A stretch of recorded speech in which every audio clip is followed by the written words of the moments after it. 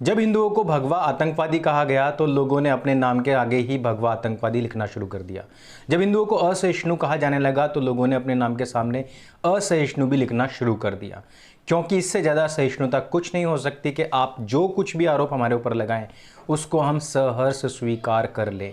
आज हमारे ऊपर जो आरोप लगा है वो लगा है कि हमने मज़ारों का अपमान किया और हमने ख़ास तौर पर ख्वाजा मोइनुद्दीन चिश्ती अजमेर दरगाह वाले स्पेशली उनका अपमान किया है। मुझे नहीं पता अपने नाम के सामने क्या लगाएंगे और आगे क्या काम करेंगे, लेकिन मैंने इस बात को ठाना हुआ है कि जब तक मैं इसकी सच्चाई आप लोगों तक नहीं पहुंचा दूंगा तब तक मैं चैन से नहीं बैठूंगा।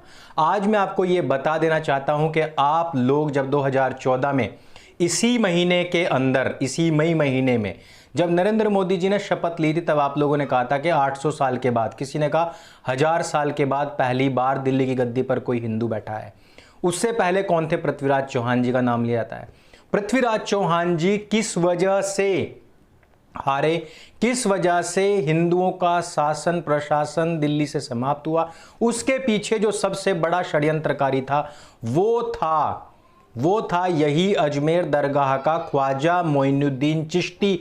और इसको मैं नहीं कह रहा हूं, उसको कहता है इतिहास। और उस इतिहास में से निकली है ये पुस्तक, एक छोटी सी पुस्तक सूफियों द्वारा भारत का इस्लामीकरण, जो कि है पुरुषोत्तम जी की लिखी हुई पुस्तक। और इसके पेज संख्या 11 पर जब आप जाएंगे तो वहां पर आपको यह सब चीज़ें पढ़ने को मिलेंगी। और वहां आपको पढ़ने को मिलेगा कि आपको कौन सी बुक्स पढ़नी चाहिए हिस्ट्री की। कुछ लोगों की भावनाएं आहत होंगी, मुझे घंटा फर्क नहीं पड़ता है। हिस्ट्री को आप नकार नहीं सकते हैं, और हिस्ट्री को नकार करके आप किसी भी जालिम, किसी भी ऐसे व्यक्ति को जिसने कि भारतवर्ष के हिंदुओं को नेस्तनाबूद करने की कसम उठाई हो, ऐसे व्यक्ति को पूज नहीं सकते हैं। कुछ लोग होंगे जिनको बहुत फटाफट में टिकटॉक वीडियोस चाहिए, उनको यहीं तक की वीडियो देख करके वो समाप्त कर दे। जिनको डिटेल में बातें चाहिए वो आगे इस वीडियो को देखते रहें।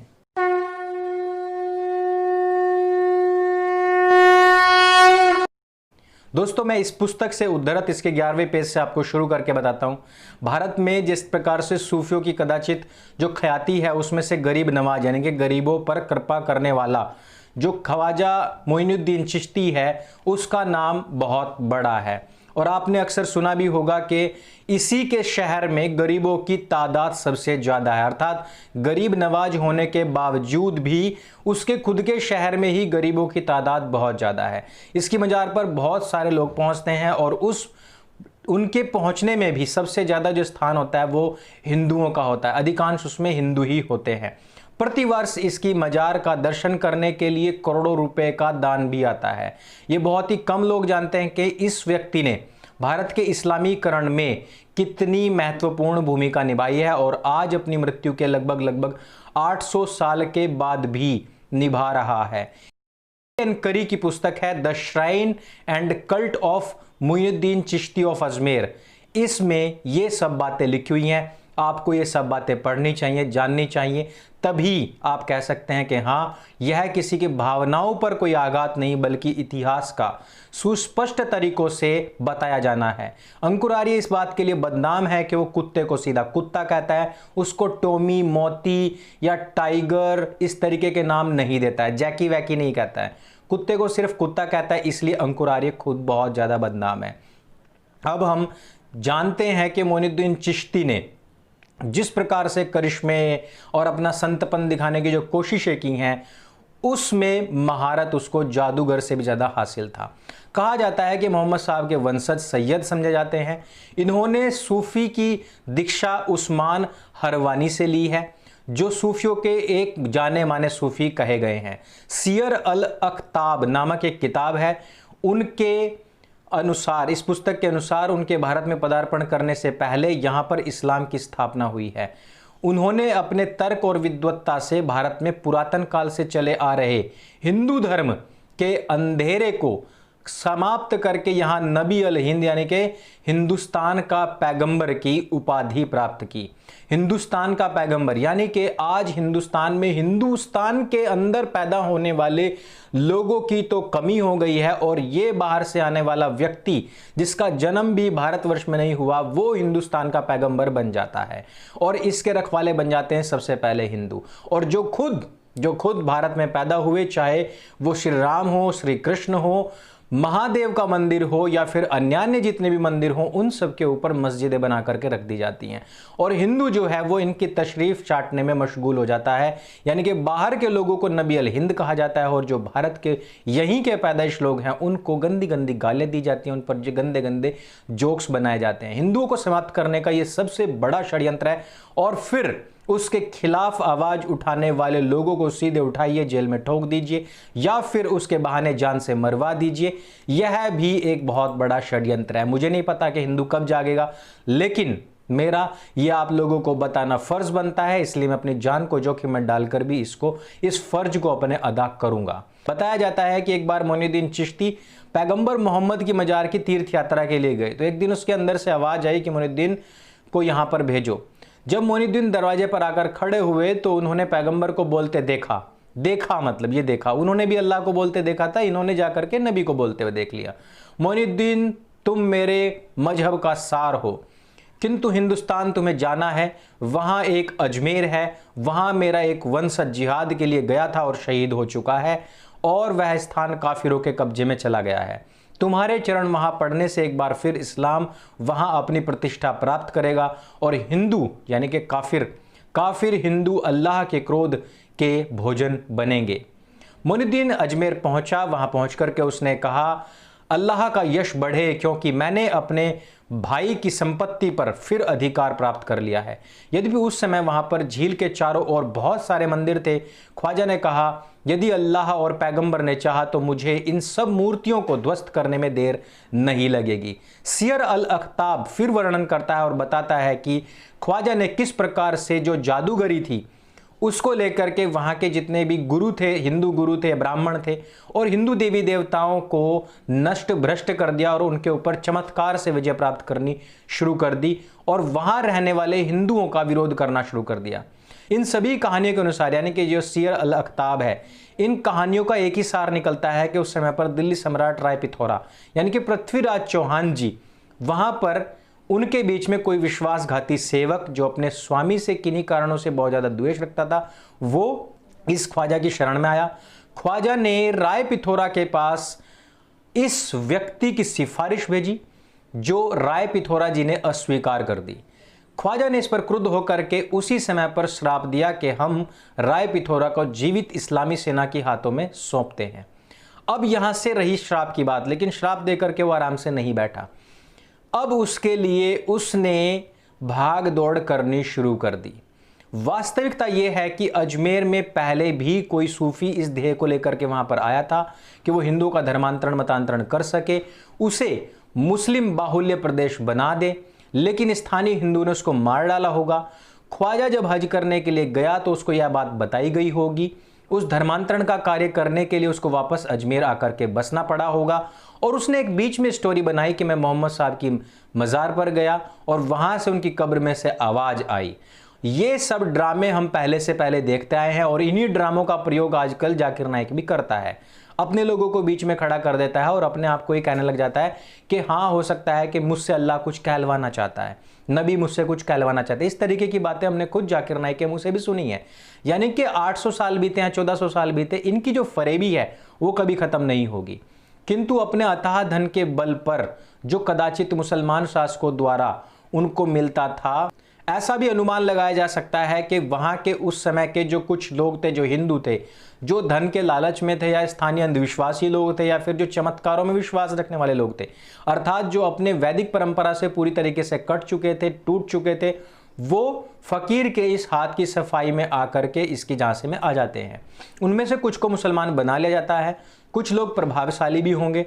दिल्ली नरेश पृथ्वीराज चौहान से वो रुष्ट भी होंगे, इसलिए विश्वासघात करने के लिए तैयार भी हो गए। इस स्थिति को उत्पन्न हो जाने से ख्वाजा ने राय पिथौरा से सीधे सीधे अनेक आग्रह करने के लिए भी भेजा, लेकिन इस बात की पुष्टि होती है कि तिरस्कार पूर्वक राय पिथौरा ने उन सब चीजों को नामंजूर कर दिया था। ख्वाजा इसके बाद में गजनी पहुंचता है और तत्कालीन सुल्तान शिहाबुद्दीन गौरी को परिस्थितियां अनुकूल बता करके भारत पर आक्रमण करने के लिए आमंत्रित कर देता है और कहता है कि यहां पर आकर के आक्रमण करो और इस्लाम की स्थापना करो। शिहाबुद्दीन ने भारत पर बहुत सारे आक्रमण किए, किंतु हर बार पृथ्वीराज ने उसको परास्त किया। लेकिन यहां पर हम एक गलती मानते हैं कि उसको बार बार इस्मा कर दिया गया। पर अपने अहेतु उदारता की वजह से ससैन्य वापस भी भेज दिया। पृथ्वीराज चौहान जी का शत्रु तो घर में ही बैठा हुआ था, इसलिए उनको यह बात समझ नहीं आई कि उनके पीठ पीछे से वार करने वाले लोग बहुत ज्यादा हैं और दिन प्रतिदिन उनके शत्रु बढ़ते चले गए। फलस्वरूप पृथ्वीराज शिहाबुद्दीन के हाथों एक दिन पराजित होते हैं और जो एकदम प्रैक्टिकल यानी कि यथार्थवादी गौरी था, उसने वो मूर्खतापूर्ण उदारता नहीं दिखाई और उन्होंने एक बार में ही पृथ्वीराज का वध कर दिया। सियार अल अख्ताब के अनुसार हमें यह बात का भी पता लगता है कि इस घटना से पहले ही ख्वाजा मोइनुद्दीन अजमेर का प्रसिद्ध जो वहां का जोगी अजयपाल था, उसको मुसलमान बनाने में सफल हो चुका था। इसके पश्चात उसने अपना डेरा जोगी के विशाल मंदिर में ही जमा लिया। मोइनुद्दीन के दरगाह पर बने बुलंद दरवाजों में नक्काशी किए गए जो पत्थर लगे हैं, उनको देखने से लगता है कि वो पहले वहां का मंदिर ही रहा होगा और उसका जो निर्माण कार्य है उसी में उसको प्रयोग किया गया होगा। हिंदुओं और हिंदू धर्म के ऐसे कट्टर शत्रु ने किस प्रकार वास्तविक ध्येय को छिपा करके अपनी धर्मनिरपेक्षता का भ्रमजाल बना करके अंधविश्वासी लोगों को, अंधविश्वासी हिंदुओं को अपने पक्ष में करके इसका नमूना पेश किया, जो कि आज भी जू का त्यों मौजूद है। एक ब्राह्मण परिवार चंदन घिस करके वह लेप दरगाह में भेजता है जो ख्वाजा की मजार पर चढ़ाया जाता है, ऐसा बताया जाता है। मुसलमानों में वैसे तो चंदन के लेप का प्रयोग किसी भी धार्मिक कृत्य के लिए नहीं होता है। यह चंदन लेप वहां पर अजयपाल योगी के इष्ट देवता की मूर्ति के लिए भेजा जाता रहा है, इस बात की भी पुष्टि होती है। सियार अल आरिफीन इस संत के जीवन का एक प्रकार से जायजा लेती हुई बताती है कि उस मोइनुद्दीन चिश्ती के हिंदुस्तान आने से सियार अल आरिफीन इस सूफी के जीवन कार्य के बारे में जायजा लेती हुई बताती है कि उस यानी कि मोइनुद्दीन चिश्ती के हिंदुस्तान आने से उस देश में इस्लाम का मार्ग प्रशस्त हो गया। उसने इस्लाम के प्रति अविश्वास यानी कि काफिरों का जो अंधेरा था उसको नष्ट किया और इस्लाम का प्रकाश चाहूं और फैला दिया।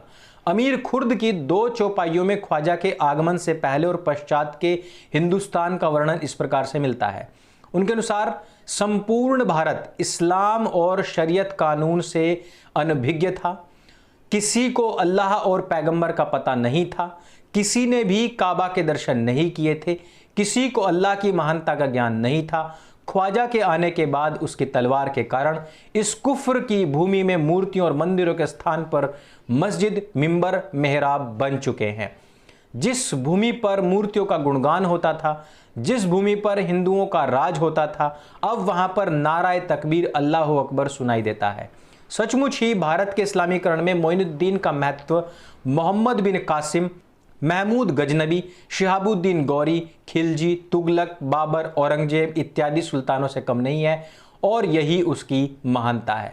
अब मुझे आप बताइए कि भारतवर्ष में मंदिरों को तोड़ करके वहां पर गायों को जिबाह करने वाला व्यक्ति कहां से महान हुआ?